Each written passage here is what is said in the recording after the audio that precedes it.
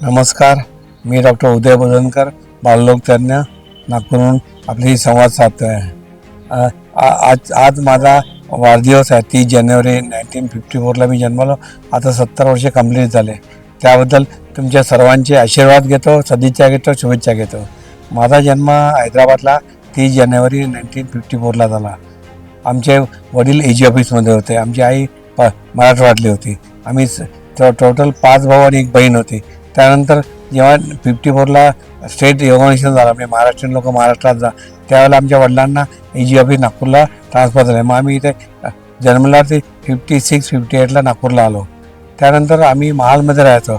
महालमध्ये आम्ही 5 भाऊ आणि 1 बहीण राहायचो सगळे मिळून.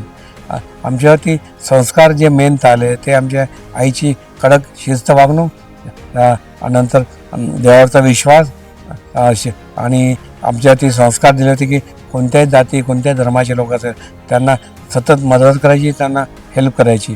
आमचे वडील एजी ऑफिसमध्ये होते.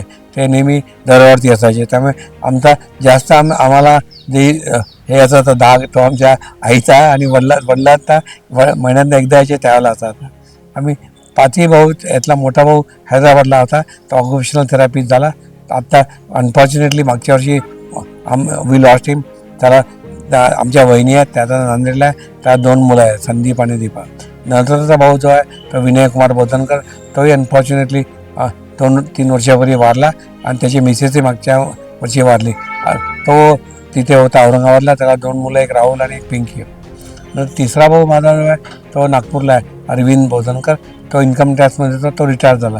त्याची मिसेस जी आहे ती सेंट्रल स्कूलमध्ये होती. त्यांना 2 मुलं, 1 अमोल, 1 रुपाली. अमोल डेंटल सर्जन आहे, रुपाली ऑस्ट्रेलियाला आहे. नंतर माझा नंबर आहे. मी वरतून 5वा होतो आणि मला माझी पत्नी सुनीती, मला 2 मुलं आहे. त्यातला 1 मुलगा अमेरिकेला असतो, निखिल. तो अमेरिकेला मोठ्या पोस्टवरती आहे. त्याची बायको केतकी, ती MBA झाली आहे. ती तिथेच काम करते. आयान आणि 1 मुलगी आहे, तिचं नाव अन्या. नंतर मला 1 मुलगी आहे, ती आता LLB LLM झाली. ती एक्सपर्ट आहे. ती आता नागपूरला लॉ करते. स्वतंत्रपणे करायचा प्रयत्न करते.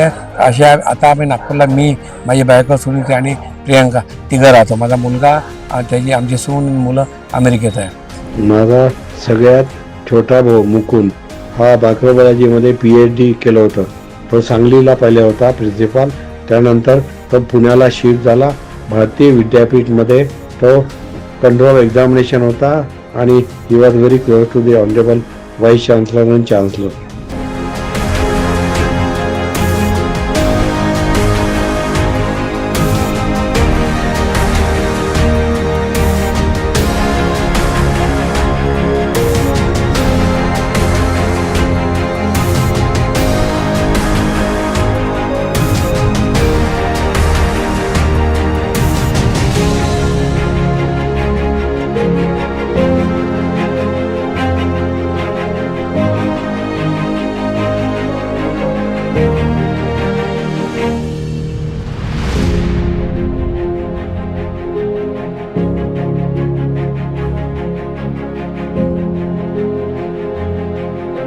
आता यावर्षी 30 तारखेला डॉक्टर उदय बोधनकरांचा जन्मदिवस.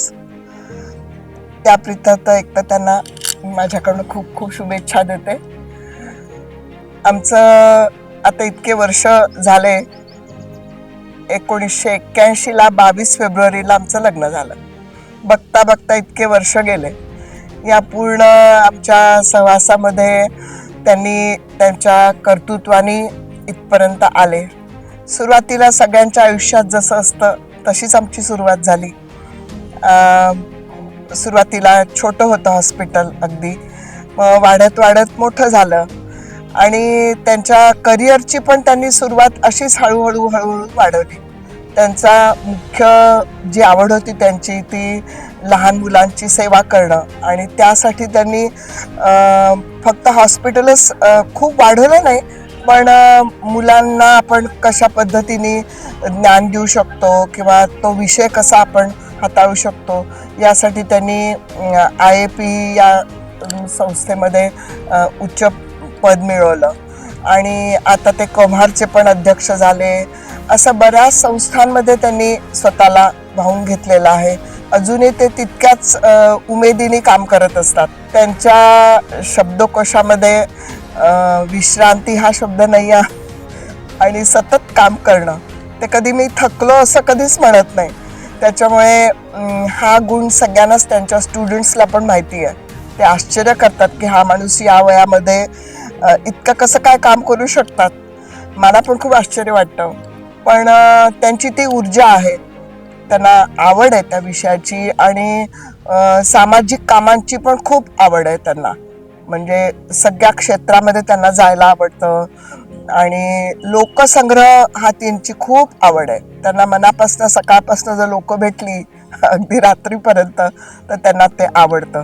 त्यांच्या म्हणजे कुटुंबामध्ये सुद्धा सगळ्यांना मदत करणं, अगदी दूरदूरचे जरी त्यांचे नातेवाईक असतील, त्यांनी जर फोन केला आणि गरज असेल तर पूर्ण शक्तीने त्यांना मदतीला ते धावून जातात.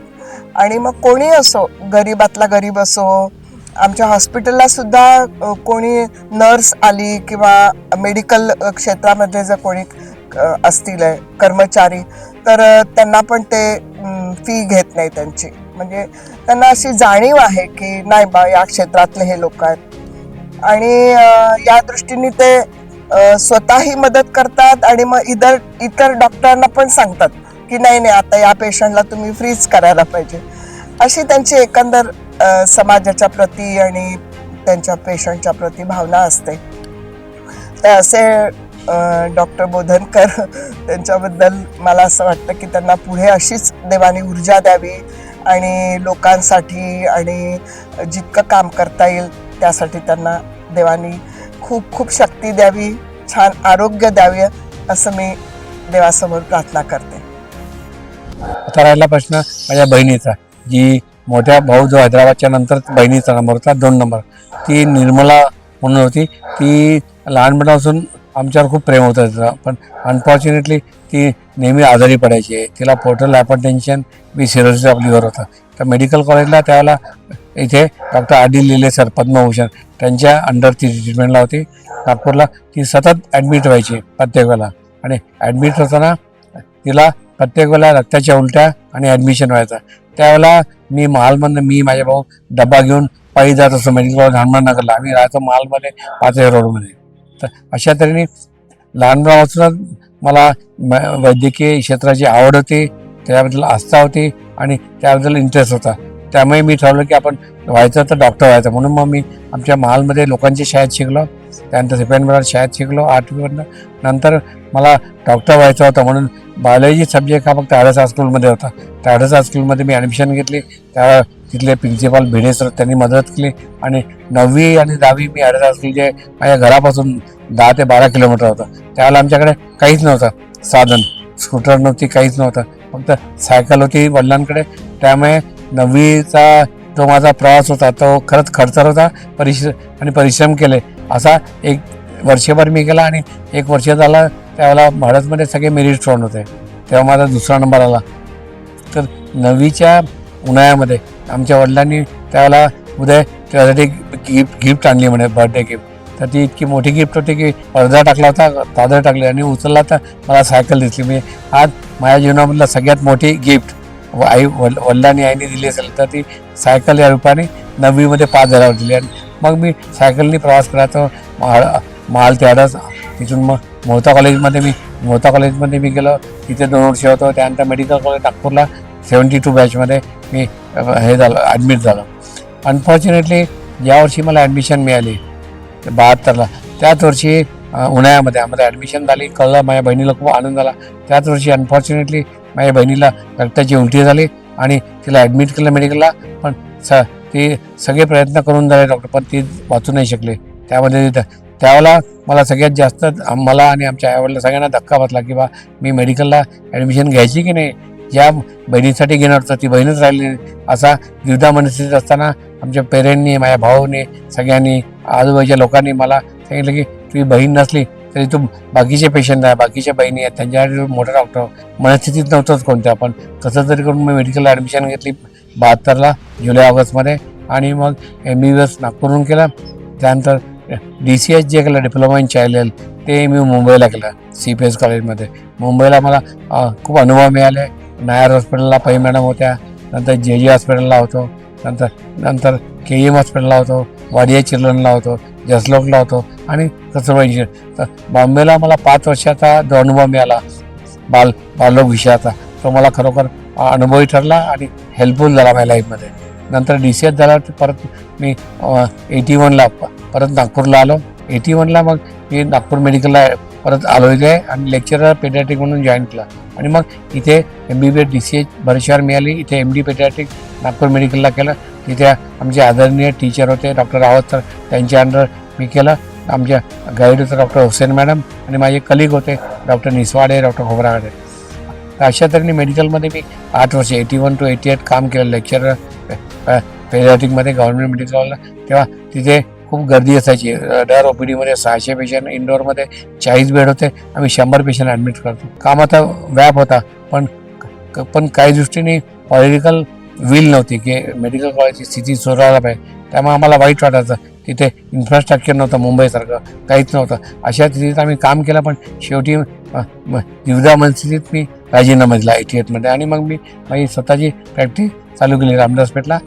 तिथे आम्ही चिल्ड्रन हॉस्पिटल केलं आणि स्पेशल केअर न्यूबॉर्न युनिट चालू केलं 88ला.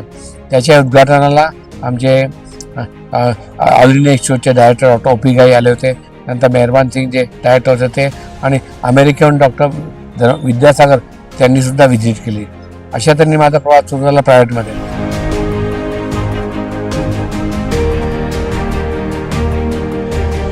बाबांचा आता 30 तारखेला बर्थडे आहे आणि मी त्यांना मनापासून खूप शुभेच्छा देते आणि हे विश करते की त्यांना खूप छान पुढे आयुष्य मिळो आणि आरोग्य मिळो.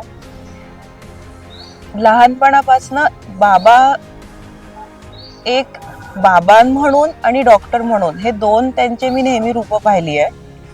बाबा म्हणून त्यांनी नेहमी मला ॲप्रिशिएट केलंय की मी कधी काही क्राफ्ट करून आणलं, काही दाखवलं की अरे वा किती छान, त्याचं कौतुक करायचं, अजून प्रोत्साहन द्यायचं.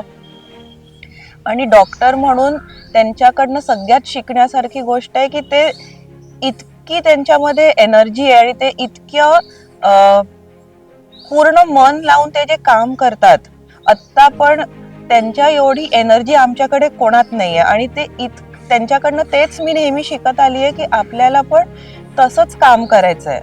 ते त्यांचं जो प्रत्येक गोष्टीत त्यांचं लक्ष असतं की नाही हे असं छोट्या छोट्या गोष्टी असतात, पण ते आपण थोडंही चांगल्याने लक्ष देऊन जेव्हा करतो तर ते परफेक्ट होतं. ही गोष्ट मी नेहमी त्यांच्याकडनं शिकली आहे. अजूनही त्यांच्यामध्ये आपण म्हणतो ना की एक इतकं सगळं करूनही त्यांच्यामधला जो प्रेमळपणा म्हणा आणि एक घरी म्हणून वडील म्हणून जे ते नेहमी आम्हाला प्रोत्साहन करतात. समजा मी कधी काही बनवलं की अरे वा किती छान झालंय, त्यांचा शब्द आहे अल्टिमेट झालाय. तर ह्या सगळ्यामुळे असं एक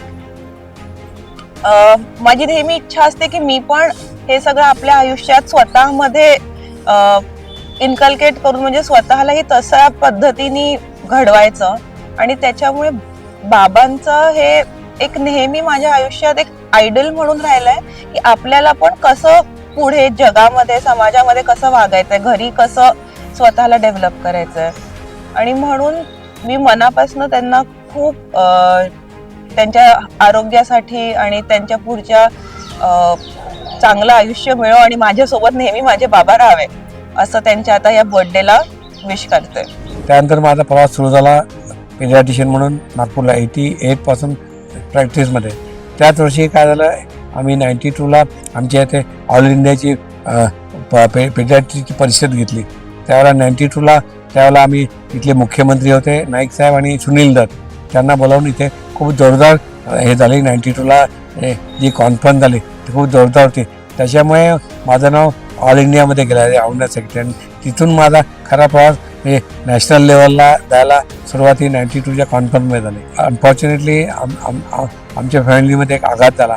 माझा एक मुलगा होता, तो त्यावर्षी दगावला. 92ला कॉन्फरन्स झाला. मुलगा होता तो, त्याला बिनेन हॅपोटिनिया होता आणि त्यावेळेला माझी मित्र आम्ही खूप डिप्रेशनमध्ये होतो. त्या डिप्रेशनमधनं बाहेर काढायला या लोकांनी मला ढकललं म्हणावं लागेल आणि आणि त्यावेळेला आमची 92ची कॉन्फरन्स जी झाली नागपूरच्या सगळ्या बालरोग तज्ज्ञांनी मेहनत केली होती, त्याच्यामध्ये यश मिळालं आणि मी यंगेस्ट नॅशनल पेशंट म्हणून निवडून आलो ऑल इंडिया लेवल. थोडक्यामध्ये माझ्या अकॅडमिक नंतर आपण आपल्या फॅमिलीकडे येऊ. नंतर बिझी असल्यामुळे रात्रंदिवस आम्हाला 24 तास आम्ही कॉलवरती असतो. पण त्याच्यामध्ये आमच्या दोन्ही मुलांना निखिल आणि प्रियंकाला सांभाळायचं, त्यांना घडवायचं, हे सगळं काम माझ्या मिसेसनी केलं सुनीती बरोबर.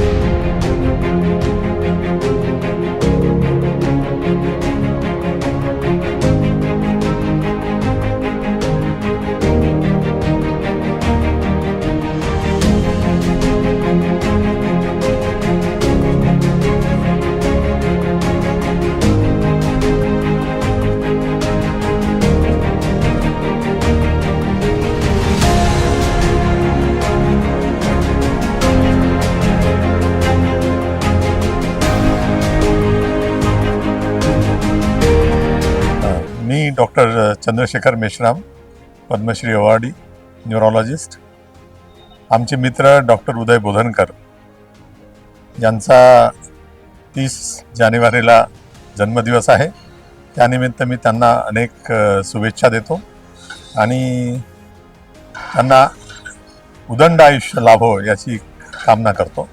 तसा हा डॉक्टर उदय बोधनकरांचा दुसरा जन्मदिवस आहे. त्यांना एकदा नवीन लाईफ मिळालं आणि त्यामध्ये मी इन्व्हॉल्व होतो, याचा मला आनंद आहे. डॉक्टर उदय बोधनकर अतिशय एन्थुजियास्टिक आहेत. सर्वांशी रिलेशन्स कसं मेंटेन करावं याचे लेसन्स डॉक्टर बोधनकरकडून घ्यायला पाहिजे. कॉन्फरन्सेस कशा ऑर्गनाईज करायच्या त्याचे धडे डॉक्टर बोधनकरकडून घ्यायला पाहिजे आणि सर्वांना घेऊन कसं पुढे जायचं आणि कॉन्फरन्सेस किंवा कुठलीही ॲक्टिव्हिटी कशी सक्सेसफुल करायची त्याचं उत्तम उदाहरण म्हणजे डॉक्टर उदय बोधनकर. त्या डॉक्टर बोधनकरचे जे पेशंट्स आहेत किंवा त्यांचे रिलेटिव्ज आहेत त्यांच्याबद्दल अतिशय चांगले उद्गार डॉक्टर बोधनकरकडून ऐकायला मिळतात. त्यांच्याकडे गेलेले मुलं अतिशय आनंदात असतात आणि त्यांचं जे मुलांशी किंवा त्यांच्या पेशंटशी जे बिहेवियर आहे अतिशय वाखाणण्याजोगं आहे. नॅशनल लेवलवरच नाही पण इंटरनॅशनल लेवलवर डॉक्टर बोधनकरांनी खूप नाव कमावलं आणि आपल्या देशाची जी छबी आहे ती आंतरराष्ट्रीय स्तरावर त्यांनी नेली. याबद्दल त्यांचं मनापासून अभिनंदन आणि परत एकदा त्यांना अनेक शुभेच्छा देतो. धन्यवाद.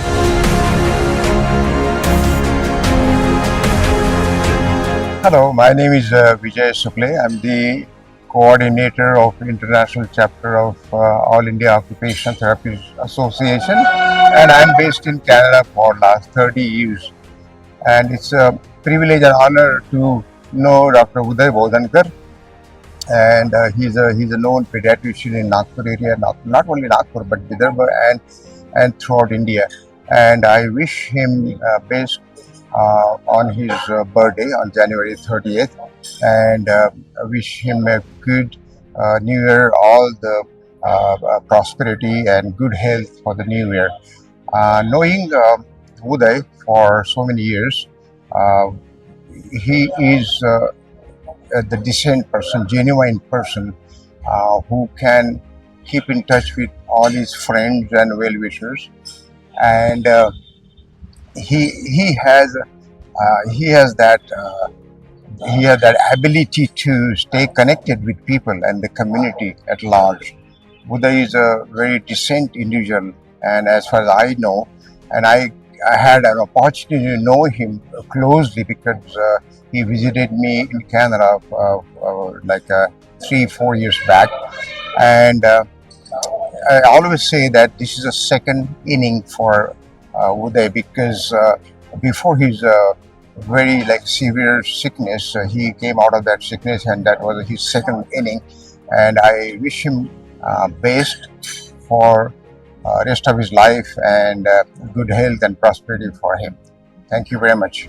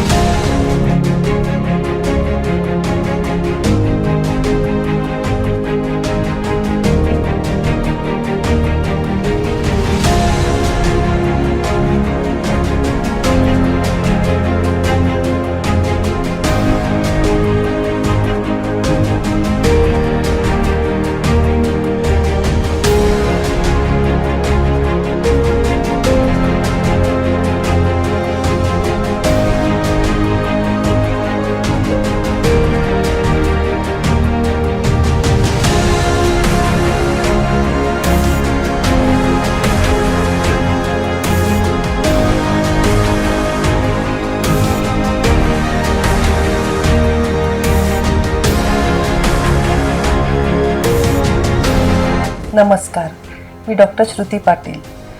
बोधनकर हॉस्पिटलसोबत मी गेल्या 12 वर्षापासून आहे.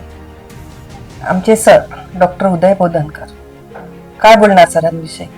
सर म्हणजे एक हस्तखेळतं एक व्यक्तिमत्व, एक खूपच उच्छृंखल आणि छान व्यक्तिमत्व आहे. As a doctor, as a person, म्हणजे माझ्या आयुष्यात मी म्हणते जे काही 10 लोक मी गिने चुने म्हणू शकते की हे माझ्या लक्षात आयुष्यभर राहतील, त्यात सर खूप वरचे आहेत. आमचे सर म्हणजे पेशंटसाठी तर देव आहेत अगदी. कारण की सरांना एकदा एक फर्स्ट जे सरांचं इम्प्रेशन पेशंट्सवर पडतं ते म्हणजे आता आम्ही इतके दिवसापासून मेडिकल याच्यात आम्ही फील्डमध्ये असतो, आम्ही म्हणजे शेकडो डॉक्टरांना आम्ही भेटलेलो असतो.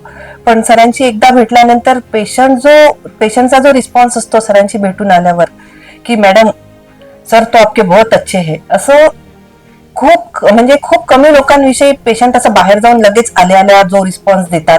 एक जो त्यांचा फर्स्ट एक्सपिरियन्स सरांसोबतचा इतका छान असतो की तो इतका टेन्शन मधला माणूस बाहेर आल्याबरोबर म्हणतो की मॅडम नाही सरने तो हमको एकदम रिलॅक्स कर दिया. ते एकदम छान वाटतं. म्हणजे असं एकदम जनरली पेशंट नाही बोलत, आल्या रिॲक्टच करत नाही, ते त्यांच्याच टेन्शन मध्ये असतात नेहमी. पण सरांशी भेटून आल्यानंतर त्याला आपलं दुखणं छोटं वाटायला लागते. आणि ही म्हणजे खूप मोठी गोष्ट आहे की एका डॉक्टरकडे गेल्यानंतर तो पेशंट त्याचं सिरियसनेस विसरून एकदम काम होऊन जातो, कूल होऊन जातो. त्याला एक कॉन्फिडन्स येतो की नाही आपला बेबी आता बरं होणार आहे इथून.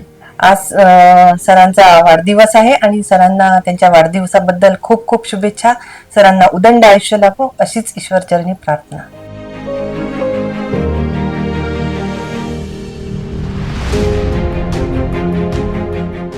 नमस्कार, हम बैतूल से हैं अभी फ़िलहाल में, और हमारे बच्चे को ADHD सिंड्रोम बताया गया था. पर जब हम जबलपुर में बैतूल में लोकल जो हमने डॉक्टर्स को दिखाया तो उनका कहना था कि नहीं काफ़ी लंबा ट्रीटमेंट चलेगा, बहुत सारी थेरेपीज़ करनी पड़ेगी. पर जब हमने नागपुर में लास्ट ईयर यहाँ दिखाया उसके बाद से सर के जो गाइडलाइन है उसको फॉलो करते हुए हमने अपने बच्चे का ट्रीटमेंट स्टार्ट किया.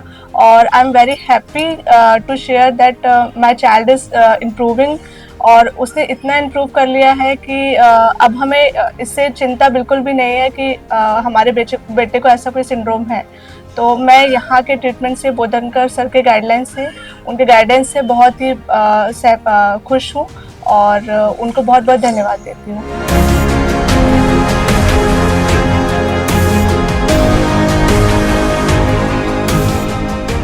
माझं नाव मंगला मानकर. मी सरांकडे 25 वर्षापासून आहे.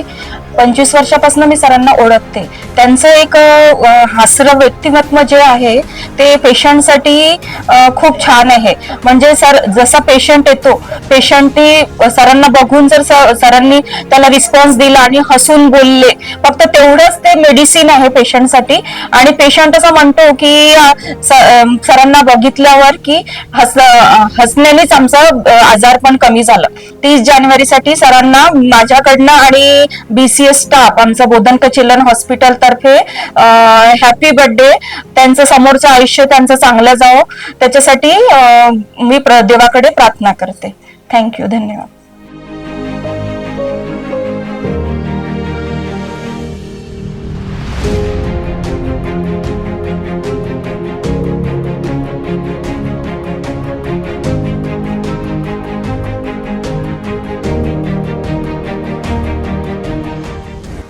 नाही 2009ला मी जेव्हा लंडनला क्वीन एलिझाबेथला भेटून आलो बंगिंगहॅम पॅलेसमध्ये एप्रिलमध्ये. त्यामुळे दृष्ट लागले काय माहिती का, तर तिथून आल्यानंतर मला एक खुर्चीवरून पडल्यामुळे fracture of the neck fewer झाला. त्या फ्रॅक्चर ठीक केलं, डॉक्टरची काही हे नव्हते. पण त्या फ्रॅक्चरचे कॉम्प्लिकेशन म्हणून 5 ऑक्टोबर 2009ला मला तो क्लॉट जाऊन हार्टमध्ये बंद झाला.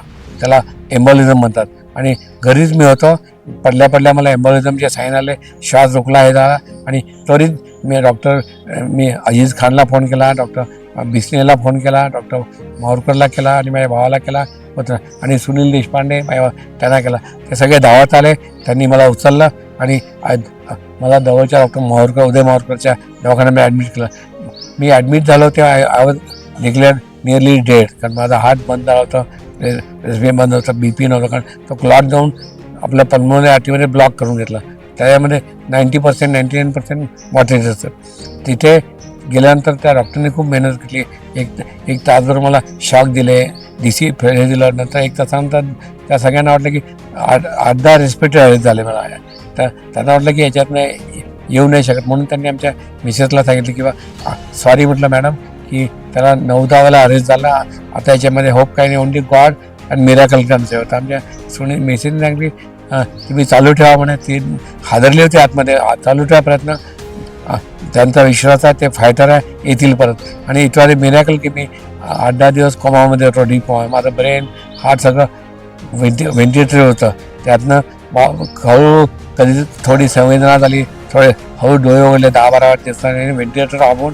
मग त्यानंतर मला याच्यामध्ये जी मदत केली त्या डॉक्टरना मला धन्यवाद द्यावा वाटेल. माझ्या बर्थडे त्यामध्ये number 1 doctor Vikas Besne, heart specialist doctor Uday Mavarkar, heart specialist doctor Chandrashekhar Meshram, ज्यांना पद्मश्री मिळाली, त्यांनी ब्रेनचं काम केलं.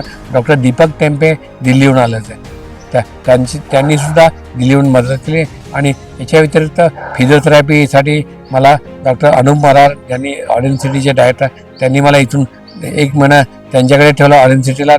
मिस्टर उदयभास्कर नायर, उषा नायर मॅडम, आणि तिथला फिजिओथेरपी डिपार्टमेंटचा चीफ जो होता सनील कोयाली देकाटे, या लोकांनी हे पाहिलं की आवाज कम्प्लिटली डॅमेज होता, ब्रेन डॅमेज होता, हातपाय हलत नव्हते, काहीच नव्हतं, कम्प्लीट डॅमेज. 10 दिवस व्हेंटिलेटर होतं, मल्टिपल अरेस्ट झालं होतं. पण त्याच्यामधनं वरती येण्याचं काम या डिपार्टमेंटने केलं. त्याच्यामध्ये मला घरी येऊन ट्रीटमेंट देणारे माझे मित्र डॉक्टर मदन वराडे, डॉक्टर सुधीर मंगळूरकर यांनीसुद्धा मला नेहमी तू काही नाही, हात हलत तू येशील म्हणे, उभा राहशील म्हणे. 1 महिन्यात मला उभं राहायचा श्रेय या फिजिओथेरपी डिपार्टमेंटला जायचा की त्यांनी मला 1 महिन्यामध्ये तिथे उभं केलं. आणि मग 5 ऑक्टोबरला मी जो ॲडमिट झालो होतो माऊरला, ते 1 महिना तिथे होतो, 1 महिना ऑरेंज सिटीला होतो. तिथे मग शेवटी एक फंक्शन केला त्यांनी. त्याला आपले आजचे ते मुख्यमंत्री आदरणीय देवेंद्र फडणवीस आहे, त्यावेळेला ते MLA होते, ते आले. काहीतरी कॉन्फरन्स होते कार्डियक पिरियड, ते म्हणे. तर मला मग मी कसं तरी करत चालत वॉकर घेऊन गेलो. त्यांनी म्हटलं की डॉक्टर तू तुझ्यामध्ये एवढा विल पॉवर आहे की तू नक्की चालशील, दौडशील. तर सगळ्यांनीच मेहनत केलीच.